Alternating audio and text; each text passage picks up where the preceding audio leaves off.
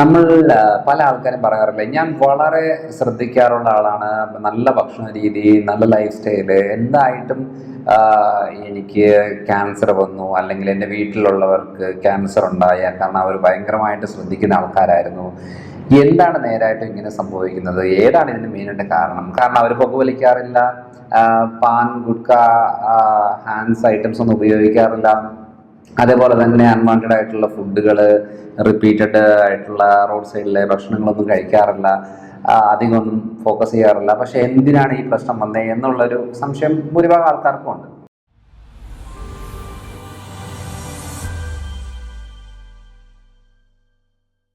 Hello everyone, I am doctor Manoj Johnson, lifestyle physician, ജോൺ മറൈൻ hospital, Pala. ഇന്ന് നമ്മൾ ഡിസ്കസ് ചെയ്യാൻ പോകുന്നത്, നമ്മൾ പല ആൾക്കാരും പറയാറില്ല, ഞാൻ വളരെ ശ്രദ്ധിക്കാറുള്ള ആളാണ്, നല്ല ഭക്ഷണ രീതി, നല്ല ലൈഫ് സ്റ്റൈല്, എന്തായിട്ടും എനിക്ക് ക്യാൻസർ വന്നു, അല്ലെങ്കിൽ എൻ്റെ വീട്ടിലുള്ളവർക്ക് ക്യാൻസർ ഉണ്ടായ കാരണം അവർ ഭയങ്കരമായിട്ട് ശ്രദ്ധിക്കുന്ന ആൾക്കാരായിരുന്നു. എന്താണ് നേരായിട്ടും ഇങ്ങനെ സംഭവിക്കുന്നത്? ഏതാണ് ഇതിന് മെയിനായിട്ട് കാരണം? കാരണം അവർ പുകവലിക്കാറില്ല, പാൻ ഗുഡ്ക, ഹാൻഡ്സ് ഐറ്റംസ് ഒന്നും ഉപയോഗിക്കാറില്ല. അതേപോലെ തന്നെ അൺവാണ്ടഡ് ആയിട്ടുള്ള ഫുഡുകൾ, റിപ്പീറ്റഡ് ആയിട്ടുള്ള റോഡ് സൈഡിലെ ഭക്ഷണങ്ങളൊന്നും കഴിക്കാറില്ല, അധികമൊന്നും ഫോക്കസ് ചെയ്യാറില്ല. പക്ഷെ എന്തിനാണ് ഈ പ്രശ്നം വന്നത് എന്നുള്ളൊരു സംശയം ഭൂരിഭാഗം ആൾക്കാർക്കും ഉണ്ട്. അപ്പം ആക്ച്വലി എന്താണ് നേരായിട്ട് ഇതിനൊരു കാരണം? അതാണ് നമ്മളിന്ന് ഡിസ്കസ് ചെയ്യുന്നത്. നമ്മൾ ക്യാൻസർ എന്ന് പറയുമ്പോൾ അതിന് പല കാരണങ്ങളുണ്ട്, അല്ലാതെ പുകവലി മദ്യപാനം മാത്രം എന്നുള്ളൊരു കാരണമല്ല. അപ്പോൾ ഈ ക്യാൻസർ കണ്ടീഷനിൽ നമുക്കൊരു 80% നമുക്ക് പറയാൻ പറ്റിയ ഒരു കാരണം എന്ന് പറയുന്നത് ഏജിങ്. നമുക്ക് പ്രായമാകുന്നതനുസരിച്ച് നമ്മുടെ ഇമ്മ്യൂണിറ്റി ലെവൽ കുറയുകയും DNA-യിലെ മാറ്റം വരികയും അതിൻ്റെ ഭാഗമായിട്ട് മ്യൂട്ടേഷനിൽ വേരിയേഷൻ ഉണ്ടാകുകയും ക്യാൻസർ ഉണ്ടാകുകയും ചെയ്യുന്നതാണ് 80% കാരണം. പക്ഷെ ബാക്കിയുള്ള 20% എന്ന് പറയുന്നത് നമുക്ക് പല കാരണങ്ങളുണ്ട്. എൻവയോൺമെൻറ്റൽ ഫാക്ടേഴ്സ് ഉണ്ട്. ഇപ്പോൾ ഫാക്ടറിയിൽ നിന്ന് വരുന്ന വേസ്റ്റ് സാധനങ്ങളാവാം, പ്ലാസ്റ്റിക് കത്തിക്കുന്നതാവാം, അല്ലെന്നുണ്ടെങ്കിൽ ഏതെങ്കിലും അലർജിക് ആസ്പെറ്റോസ്, അങ്ങനത്തെ അലർജിക് ആയിട്ടുള്ള കാര്യങ്ങൾ ബോഡിയിൽ ഇറിറ്റേഷൻ ഉണ്ടാക്കുന്നതാവാം. അങ്ങനെ പല കാര്യങ്ങളും വരും. എന്നിട്ടും പിന്നെയും കുറേ കാര്യങ്ങളിൽ വരുന്നത് നമ്മുടെ ഹെൽത്ത് റിലേറ്റഡ് ആയിട്ടുള്ള ക്രോണിക് ആയിട്ടുള്ള ഡിസീസുമായിട്ട് ബന്ധപ്പെട്ട് ഒത്തിരി കാലങ്ങളായിട്ട് നമുക്ക് ഓരോ ബുദ്ധിമുട്ടുള്ള പ്രയാസങ്ങളും അത് അൺട്രീറ്റഡ് ആയിട്ട് ഒത്തിരി കാലങ്ങളിലേക്ക് പോകുമ്പോൾ അത് ക്യാൻസറസ് ആയിട്ട് മാറുന്ന രീതിയിൽ വരാം. പിന്നെ വരും നമ്മുടെ ഈ നേരത്തെ പറഞ്ഞ പോലെ പുകവലി, മദ്യപാനം, അതേപോലെ തന്നെ ഈ പാൻ മസാല ഒക്കെ ഉപയോഗിക്കുന്ന സ്ഥിരമായിട്ട് 10-15 കൊല്ലമായിട്ട് ഉപയോഗിച്ച് കഴിയുമ്പോൾ DNA-യിൽ വരുന്ന മാറ്റങ്ങളിലാണ് ക്യാൻസറസ് ആയിട്ടുള്ള കാര്യങ്ങളുണ്ടാകുന്നത്. പക്ഷെ ഞാൻ ഈ കാര്യങ്ങളെല്ലാം പറയുന്നതല്ല മെയിനായിട്ടും. ഇതല്ലാതെ നമുക്ക് കുറച്ച് കാര്യങ്ങൾ നമ്മളിൽ സംഭവിക്കുന്നുണ്ട്. അത് നമ്മുടെ ബാക്ടീരിയാസും വൈറസും. ഈ ബാക്ടീരിയൽ ഇൻഫെക്ഷൻസ്, പ്രോബ്ലംസ്, അല്ലെങ്കിൽ ഒരു വൈറൽ അറ്റാക്കിൻ്റെ ഭാഗമായിട്ടും നമുക്ക് ക്യാൻസേഴ്സ് ഉണ്ടാകും. അതിൽ ഏറ്റവും കോമൺ ആയിട്ട് കണ്ടുവരുന്നത് സ്റ്റൊമക് ക്യാൻസറാണ്. സ്റ്റൊമക് ക്യാൻസർ എന്ന് പറയുന്നത് H. pylori എന്ന് പറയുന്നൊരു ബാക്ടീരിയയാണ് ഇത് ഉണ്ടാക്കുന്നത്. കാരണം ഈ H. pylori ബാക്ടീരിയ നമ്മുടെ ബോഡിയിൽ എപ്പോഴും കാണുന്നൊരെണ്ണമാണ്. പക്ഷേ അത് നമ്മുടെ ഇമ്മ്യൂണിറ്റി ലെവലിൻ്റെ വേരിയേഷനും ഈ H. pylori ബാക്ടീരിയ ഒരു ബോഡിയിൽ കടന്നു കഴിഞ്ഞാൽ ഇത് കുറേ ടോക്സിക് മെറ്റീരിയൽസ് റിലീസ് ചെയ്യുകയും ഇത് ഫ്രീ റാഡിക്കൽസിൻ്റെ ഉണ്ടാക്കുകയും അതിൻ്റെ ഭാഗമായിട്ട് DNA-യിൽ വേരിയേഷൻ ഉണ്ടാകുകയൊക്കെ ചെയ്യുന്നതാണ്. ഇതിന് പറയുന്നത് നമ്മളിപ്പം പല രീതിയിലുള്ള അറ്റോഫേജി എന്ന് പറയുന്നൊരു കോൺസെപ്റ്റ് ഉണ്ട്. അറ്റോഫേജി എന്ന് പറയുന്നത് 2016 നോബൽ പ്രൈസ് കിട്ടിയതാണ്. ഡോക്ടർ ഒസുമി എന്ന് പറയുന്നൊരു ജപ്പാനീസ് സയൻറ്റിസ്റ്റാണ് എടുത്തത്. അറ്റോഫേജിൻ്റെ പ്രത്യേകത എന്ന് പറഞ്ഞാൽ നമ്മുടെ ബോഡിയുടെ ഈ free radicals, biological end products, waste materials, cancerous സെൽസുകൾ, ഇതിനെയെല്ലാം ബോഡി തന്നെ ക്ലീൻ ചെയ്യുന്നത്, റിപ്പയർ ചെയ്യുന്നൊരു മെത്തഡിനെയാണ് അറ്റോഫേജി എന്ന് പറയുന്നത്. അത് ഈ ഇൻ്റർമീഡിയറ്റ് ഫാസ്റ്റിംഗ് സമയങ്ങളിൽ ഫാസ്റ്റിങ്ങിലാണ് ഏറ്റവും കൂടുതൽ ഇത് ആക്റ്റീവായിട്ട് വരുന്നത്. ഒരു 16 hours ഫാസ്റ്റിംഗ് ആണ് ഏറ്റവും കൂടുതൽ ഇതിന് പ്രിഫർ ചെയ്യുന്നത്. അപ്പോൾ അതേപോലെ തന്നെ നമ്മുടെ ബോഡിയിൽ സെൽസ് പ്രൊഡക്ഷൻ നടക്കുന്നുണ്ട്, സെൽസ് മരിക്കണം. ഈ സെൽസ് ഡാമേജ് വന്ന് അത് സൂയിസൈഡ് ചെയ്യാണ്, സ്വയം മരിക്കുകയാണ്.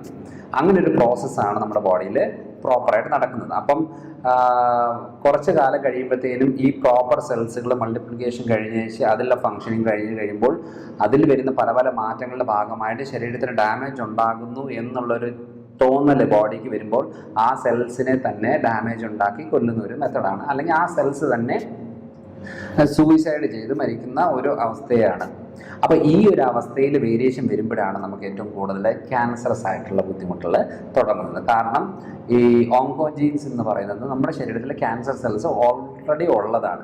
അതിൻ്റെ ഒരു പെർസെൻറ്റേജ് കൂടാതെ നമ്മുടെ ഇമ്മ്യൂണിറ്റി ലെവൽ സൂക്ഷിച്ചുകൊണ്ട് പോകുന്നതാണ്. പക്ഷേ ഏജിങ് ആകുന്നതനുസരിച്ച് ഇമ്മ്യൂണിറ്റി ലെവലിൽ വേരിയേഷൻ വരും. അതേപോലെ ഏതെങ്കിലും ഇപ്പോൾ പറയുന്ന പോലെ bacterial infection, H. pylori bacteria എന്നൊക്കെ പറയുന്ന സ്റ്റൊമക് ക്യാൻസർ ഉണ്ടാക്കുന്നതാണ്. അതേപോലെ human papilloma virus cervix cancer ഉണ്ടാക്കുന്നതാണ്.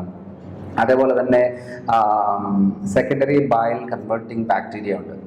അതായത് ഓവറായിട്ടുള്ള ബാക്ടീരിയസ് നമ്മുടെ കോളോൺ ക്യാൻസർ ഉണ്ടാക്കുന്നത് അങ്ങനെയാണ്. അപ്പം ഓവറായിട്ടുള്ള ബയലിനെ അത് കൺവേർട്ട് ചെയ്തിട്ട് ഇതാക്കുന്ന സമയങ്ങളിൽ നമുക്ക് കൂടുതൽ ടോക്സിക് മെറ്റീരിയൽസ് ബോഡിയിൽ റിലീസാകും. അതിൻ്റെ ഭാഗമായിട്ട് കോളോൺ ക്യാൻസർ പ്രശ്നങ്ങളൊക്കെ തുടങ്ങുന്നതാണ്. അപ്പം ഓരോന്ന് ഇപ്പോൾ ഹെപ്പറ്റൈറ്റിസ് ബി വൈറസിൻ്റെ ഭാഗമായിട്ട് നമുക്ക് ലിവർ ക്യാൻസർ ഒക്കെ വരാൻ സാധ്യത കൂടുതലാണ്. അപ്പോൾ ഇതെല്ലാം വൈറലും ബാക്ടീരിയയുമായിട്ട് ഇൻഫെക്ഷൻ കൊണ്ടുണ്ടാകുന്ന ഒരു കാര്യമാണ്. അപ്പം നമ്മൾ നോക്കുമ്പോൾ ഈ പറയുന്ന ജനറ്റിക് ആയ ഒരു കാര്യങ്ങളുണ്ട്, ചെറിയൊരു പെർസെൻറ്റേജ് എന്നാലും ഉണ്ട്. പക്ഷേ ജനറ്റിക്കായിട്ട് ഒരു കുഴപ്പവുമില്ല. നമ്മുടെ DNA വരുന്ന മാറ്റങ്ങളിലാണ് നമുക്ക് ഏറ്റവും കൂടുതൽ ക്യാൻസറസ് ആയിട്ടുള്ള കാര്യങ്ങൾ വരുന്നത്. അതിൽ ഏജിങ്ങിലാണ് നമുക്ക് പല കാര്യങ്ങളും ചേഞ്ചസ് ഉണ്ടാകുന്നത്. അപ്പോൾ ഏജിങ് പ്രോസസ്സിനകത്ത് നമുക്ക് ഇമ്മ്യൂണിറ്റി ലെവലിൽ വേരിയേഷൻ വരാം, അല്ലെന്നുണ്ടെങ്കിൽ ഭക്ഷണക്രമത്തിൽ മാറ്റം വരാം, സെഡൻറ്ററി ലൈഫ് സ്റ്റൈലായിരിക്കാം, അല്ലെങ്കിൽ സ്ട്രെസ് റിലേറ്റഡ് ആയിട്ടുള്ള ഒരു ലൈഫ് സ്റ്റൈൽ ഫോളോ ചെയ്യുന്നവരായിരിക്കാം. പല കാരണങ്ങൾ കൊണ്ട് നമ്മുടെ ഈ മൾട്ടിപ്ലിക്കേഷനിൽ മാറ്റം വരികയും ഒരു കൺട്രോൾ ശരീരത്തിൽ നിന്ന് വിട്ടുപോവുകയും ചെയ്യും. അപ്പം അങ്ങനെ പോകുമ്പോഴാണ് ഈ പറയുന്ന മൾട്ടിപ്പിൾ ഫാസ്റ്റ് ഗ്രോത്ത് ഒക്കെ ശരീരത്തിൽ ഉണ്ടാകുകയും അതിൻ്റെ ഭാഗമായിട്ട്, അതായത് നമുക്കിപ്പോൾ ഒരു 50 മൾട്ടിപ്ലിക്കേഷനാണ് ഒരു സെൽസിന് വേണ്ടതെങ്കിൽ അത് പ്രായത്തിനനുസരിച്ച് മൾട്ടിപ്ലൈ ചെയ്താൽ മതി. പക്ഷേ ഈ 50 മൾട്ടിപ്ലിക്കേഷൻ വളരെ പെട്ടെന്ന് തന്നെ ആയി വരുമ്പോഴാണ് നമുക്ക് മെയിനായിട്ടും ഈ പറയുന്ന ആയുസ് പെട്ടെന്ന് കുറയുകയും അതിൻ്റെ ഭാഗമായിട്ട് മരണം സംഭവിക്കുകയും ചെയ്യുന്നത് അങ്ങനെയാണ്. അപ്പം മൾട്ടിപ്ലിക്കേഷൻ സ്പീഡ് കുറയണം എന്നുണ്ടെങ്കിൽ, സ്പീഡ് കുറയൽ നോർമലായിട്ട് പോകുക എന്നുണ്ടെങ്കിൽ നമ്മുടെ ബോഡിയിൽ ഇമ്മ്യൂണിറ്റി ലെവൽ നോർമലായിട്ട് തന്നെ പോകണം. കാരണം പലപ്പോഴും നമുക്ക് സംഭവിക്കുന്ന ഒരു കാര്യം എന്ന് വെച്ചാൽ നമ്മുടെ ഇമ്മ്യൂണിറ്റി തന്നെയാണ് നമ്മുടെ ശരീരത്തിനെ നശിപ്പിക്കുന്നത്. നമ്മുടെ ശരീരത്തിൻ്റെ ഇമ്മ്യൂണിറ്റി പ്രോപ്പറായിട്ട് റെസ്പോണ്ട് ചെയ്യുവാണെങ്കിൽ കുഴപ്പമില്ല. ഇപ്പോൾ കോവിഡ് സമയത്ത് നമുക്ക് ഒരളവിൽ കൂടുതൽ ഫ്ലൂയിഡൊക്കെ ബ്ലഡിൽ നിന്ന് ലീക്ക് ആയിട്ട് ലങ്സിൽ വന്ന് അടിഞ്ഞു കൂടുകയാണ്. കാരണം ഈ വൈറസിൻ്റെ പ്രശ്നത്തിനൊന്ന് കുറയ്ക്കാൻ വേണ്ടിയിട്ട്. അപ്പോൾ ഒത്തിരി ഫ്ലൂയിഡ് അങ്ങോട്ട് വന്നു കഴിയുമ്പോഴത്തേനും ബ്ലഡ് ക്ലോട്ട് ആകാൻ തുടങ്ങും, ലങ്സിനകത്ത് കഫം നിറയും, വെള്ളം നിറയും. അതിൻ്റെ ഭാഗമായിട്ട് ഈ ഒരാഴ്ച കൊണ്ട് അത് മരണം വരെ സംഭവിക്കുന്ന രീതിയിലേക്ക് പോകുന്നതാണ്. അപ്പോൾ ആ ഒരു അളവ് നോർമൽ രീതിയിൽ പോവുകയാണെങ്കിൽ കുഴപ്പമില്ല. പക്ഷെ അത് കഴിഞ്ഞിട്ട് ബോഡി റിക്കവർ ചെയ്തോളും. പക്ഷെ ആ സമയത്തിനുള്ളിൽ ബോഡി ഭയങ്കരമായിട്ടും, അതായത് സ്വന്തം വീട് നമ്മളിങ്ങനെ മണ്ണെണ്ണ ഒഴിച്ച് കത്തിക്കുന്ന രീതിയിൽ തന്നെയാണ് ഈ ഇമ്മ്യൂണിറ്റി ചെയ്യുന്നത്. അപ്പോൾ നമുക്ക് ഉണ്ടാകുന്ന ഓട്ടോ ഇമ്മ്യൂൺ ഡിസോർഡറുകളെല്ലാം ഇമ്മ്യൂണിറ്റി കാരണം കൊണ്ടുണ്ടാകുന്നതാണ്. അപ്പോൾ അത് നമ്മൾ പ്രോപ്പറായിട്ട് മെയിൻറ്റെയിൻ ചെയ്തുകൊണ്ട് പോകുക. അതുകൊണ്ടാണ് ഞാൻ എല്ലാ വീഡിയോകളിലും നമ്മൾ life style, food habits, stress level, ഈ കാര്യങ്ങളെല്ലാം പറയുന്നതിന് മെയിൻ കാര്യം എന്ന് പറയുന്നത് പല DNA വേരിയേഷൻ വരെ നമുക്ക് ഇതുകൊണ്ട് നമുക്ക് ക്ലിയർ ആക്കാൻ പറ്റും. പല സമയങ്ങളിൽ നമ്മൾ ഗ്ലൂട്ടൻ അവോയ്ഡ് ചെയ്യാൻ പറയുന്നതിന് മെയിൻ കാര്യം എന്ന് പറയുന്നത് പല ആളുകൾക്കും ഈ ഗ്ലൂട്ടന് DNA വേരിയേഷൻസ് ഉണ്ടാക്കാനായിട്ട് സാധ്യതയുള്ളതാണ്. അപ്പോൾ അതുകൊണ്ടാണ് നമുക്ക് അപ്പനും അമ്മയ്ക്കും ഉള്ള പല രോഗങ്ങളും മക്കൾക്ക് വരുന്നതിൻ്റെ മെയിൻ കാരണം എന്ന് പറഞ്ഞാൽ സെയിം ജീനിൽ വരുന്നതാണ്. പക്ഷേ അതിനെ നമ്മൾ ട്രിഗർ ചെയ്ത് പ്രശ്നങ്ങൾ കൂട്ടിക്കൊണ്ട് പോകുന്ന രീതികളാണ് ഏറ്റവും കൂടുതലായിട്ട് കാണിച്ചുകൊണ്ടിരിക്കുന്നത്. അപ്പോൾ ഇത്രയും കാര്യങ്ങളാണ് നമ്മൾ മെയിനായിട്ടും ശ്രദ്ധിക്കേണ്ടത്. അപ്പോൾ ക്യാൻസർ എന്ന് പറഞ്ഞ ഉടനെ പുകവലി, മദ്യപാനം എന്ന് മാത്രമല്ല ഒത്തിരിയേറെ കാര്യങ്ങളുണ്ട്. പക്ഷേ ക്യാൻസറിൻ്റെ കാര്യത്തിലും ജീവിതശൈലി വളരെ വളരെ ഇമ്പോർട്ടൻ്റ് ആണ്. പിന്നെ നമ്മളൊരു പരിധിവരെ ആൻറ്റി ഓക്സിഡൻസ് ഒക്കെ ഹെൽപ്പ് ചെയ്യും. നാച്ചുറലായിട്ട് ബോഡിയിൽ തന്നെ സെൽസിനുള്ളിൽ പെനട്രേറ്റ് ചെയ്ത് പോകാൻ പറ്റുന്നത് ഈ വിറ്റമിൻ ഇ, ലൈക്കോപ്പീൻ, അതേപോലെ ഗ്ലൂട്ടത്തയോനൊക്കെ ഉള്ളതാണ്. അത് ബോഡിയിൽ തന്നെ ഉള്ള ഒരു കാര്യമാണ്. വിറ്റമിൻ സി ഒക്കെ എന്ന് പറഞ്ഞാൽ ബോഡിയിൽ ഉള്ള വിറ്റമിൻ സി ആണ് ഈ സെൽസിനുള്ളിൽ ഈ പറയുന്ന മാറ്റങ്ങൾ വരുത്താൻ സാധിക്കുന്നത്. പക്ഷേ നമ്മൾ കഴിക്കുന്ന ആൻറ്റി ഓക്സിഡൻസ് കൂടുതലായിട്ടും ഈ ബ്ലഡ് സെൽവാൾ വരെ, സെൽസിൻ്റെ പുറത്ത് വരെ അത് വരുവുള്ളൂ, അല്ലാതെ ഉള്ളിൽ കയറത്തില്ല. അപ്പോൾ അത് നമ്മുടെ ബ്ലഡ് വെസൽസിലും സെൽസിൻ്റെ പുറത്തും മറ്റ് ഭാഗങ്ങളിലുമുള്ള പ്രശ്നങ്ങളെ ക്ലിയർ ആക്കാനായിട്ട് ഈ ആൻറ്റി ഓക്സിഡൻസ് ഹെൽപ്പ് ചെയ്യുന്നതാണ്. അപ്പോൾ അതുകൊണ്ട് നമ്മൾ ആൻറ്റി ഓക്സിഡൻസ് ഉള്ള ഫ്രൂട്ട്സോ വെജിറ്റബിൾസോ അല്ലെങ്കിൽ സപ്ലിമെൻറ്റ്സോ ഒക്കെ നമ്മൾ എടുക്കുന്നത് ഏറ്റവും നല്ലതാണ്.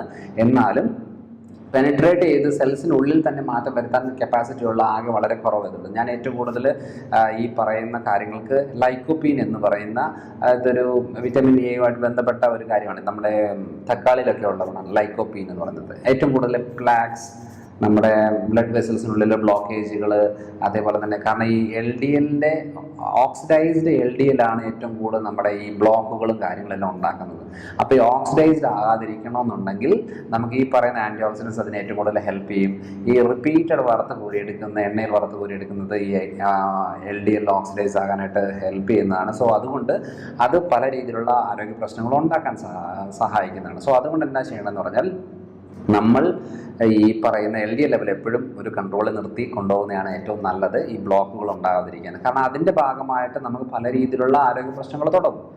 സോ ക്യാൻസർ എന്ന് പറയുമ്പോൾ നമ്മൾ വിചാരിക്കേണ്ട കാര്യം നമ്മുടെ ഭാഗത്തു നിന്നുള്ള മിസ്റ്റേക്ക് കൊണ്ടും നമുക്ക് ഭൂരിഭാഗം സമയങ്ങളുണ്ടാകും. ഇപ്പം ബ്രസ്റ്റ് ക്യാൻസറോ അല്ലെങ്കിൽ ഹെഡ് നെക്സൽ ക്യാൻസർ, അതൊക്കെ പല കാര്യങ്ങളിൽ നമുക്ക് ഹോർമോണൽ വേരിയേഷൻ കൊണ്ടുണ്ടാകാം. അതേപോലെ തന്നെ നമ്മുടെ ഹോർമോണൽ ടെസ്റ്റോസ്റ്റിറോൺ ഹോർമോണൽ വേരിയേഷൻ കൊണ്ട് നമുക്ക് പ്രോസ്റ്റേറ്റ് ക്യാൻസർ ഉണ്ടാകാം. ഹോർമോണൽ വേരിയേഷനും ക്യാൻസർ ഉണ്ടാകാൻ ഒരു കാരണമാണ്. ഈ വേരിയേഷൻ വരാൻ കാരണം നമ്മൾ ഒത്തിരിയേറെ കാര്യങ്ങളിൽ മെയിൻ 80% ലൈഫ് സ്റ്റൈൽ തന്നെയാണ്. അതുകൊണ്ടാണ് ഏറ്റവും കൂടുതൽ ലൈഫ് സ്റ്റൈൽ ഫോക്കസ് ചെയ്യണം എന്ന് പല വീഡിയോകളിലും പറയാൻ കാരണം ഇതിനൊന്നും മെഡിസിൻ ഇല്ല. നമ്മളിങ്ങനെ കീമോയും എടുത്ത് റേഡിയേഷനും എടുത്ത് നടക്കാം എന്നുള്ളതല്ലാതെ മെച്ചം കിട്ടത്തില്ല. അപ്പോൾ പല സാഹചര്യങ്ങളും നമ്മൾ അങ്ങനത്തെ ബുദ്ധിമുട്ട് പോകാതിരിക്കണം എന്നുണ്ടെങ്കിൽ നേരത്തെ തന്നെ ചെക്ക് ചെയ്യുന്നതാണ് നല്ലത്. സോ അതുകൊണ്ട് ഇപ്പോൾ US എന്ന് പറയുന്ന 5 കൊല്ലത്തിന് ശേഷം ക്യാൻസർ വരുമെന്ന് പറഞ്ഞ് ഇപ്പോഴേ ബ്രസ്റ്റ് റിമൂവ് ചെയ്യുന്ന നാടാണ്.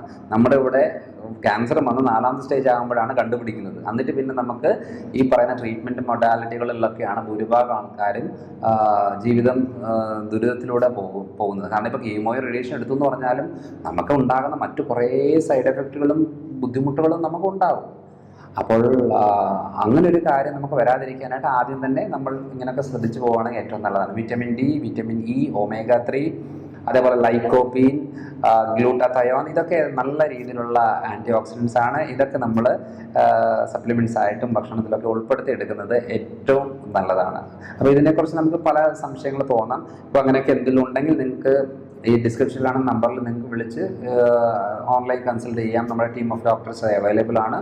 നിങ്ങൾക്ക് ഏത് ടെസ്റ്റ് വേണം, ഏതാണ് ഞങ്ങൾ ചെക്ക് ചെയ്യേണ്ടത്, ഏതാണ് ഞാൻ എടുക്കേണ്ടത്, ഏത് ഡോസ് എടുക്കേണ്ടതെന്നൊക്കെയുള്ള സംശയം ഉണ്ടെന്നുണ്ടെങ്കിൽ നിങ്ങൾക്ക് അങ്ങനെ വിളിച്ച് കൺഫേം ചെയ്യാവുന്നതാണ്. അപ്പോൾ അടുത്ത തവണ അടുത്തൊരു വീഡിയോ വരാം.